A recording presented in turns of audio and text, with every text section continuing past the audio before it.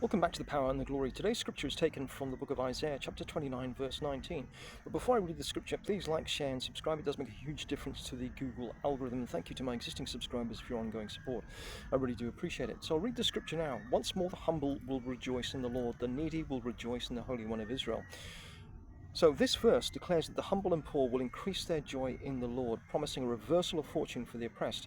Now, by way of context, the whole of Isaiah chapter 29, well up to verse 20 or so, warns of judgment against Jerusalem for its hypocrisy and reliance on human schemes and worldly affairs.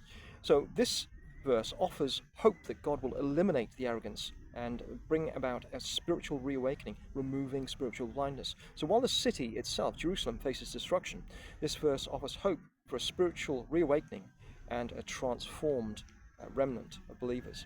So that being said, let's now have a look at the scripture in a bit more detail, starting off with the once more the humble.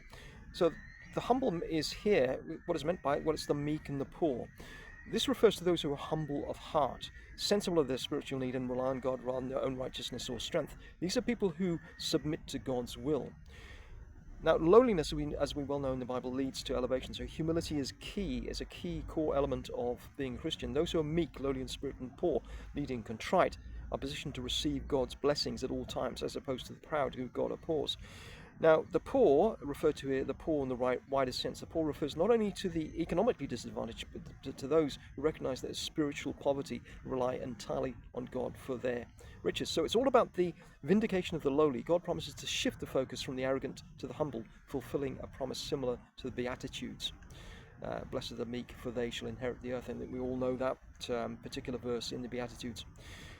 Increase their joy in the Lord. So what is meant here? Well, this shows that the true supply of authentic joy and happiness is rooted in God's presence, love, and deliverance.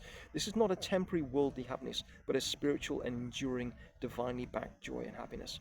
The source is in God, not in the world or circumstances.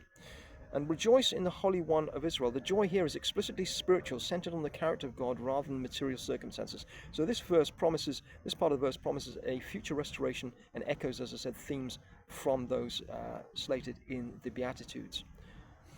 So what are our key learnings then from this scripture? Well, God's justice is often delivered through a divine reversal. Wickedness and evil does eventually reap its bitter harvest, though this may take some time, and God lifts up the lowly and brings down the proud.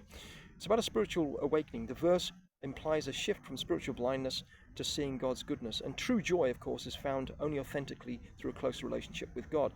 Now, I prepared an affirmation to end off the video, which you might find useful. My joy does not come from the world, but through my close relationship with Jesus.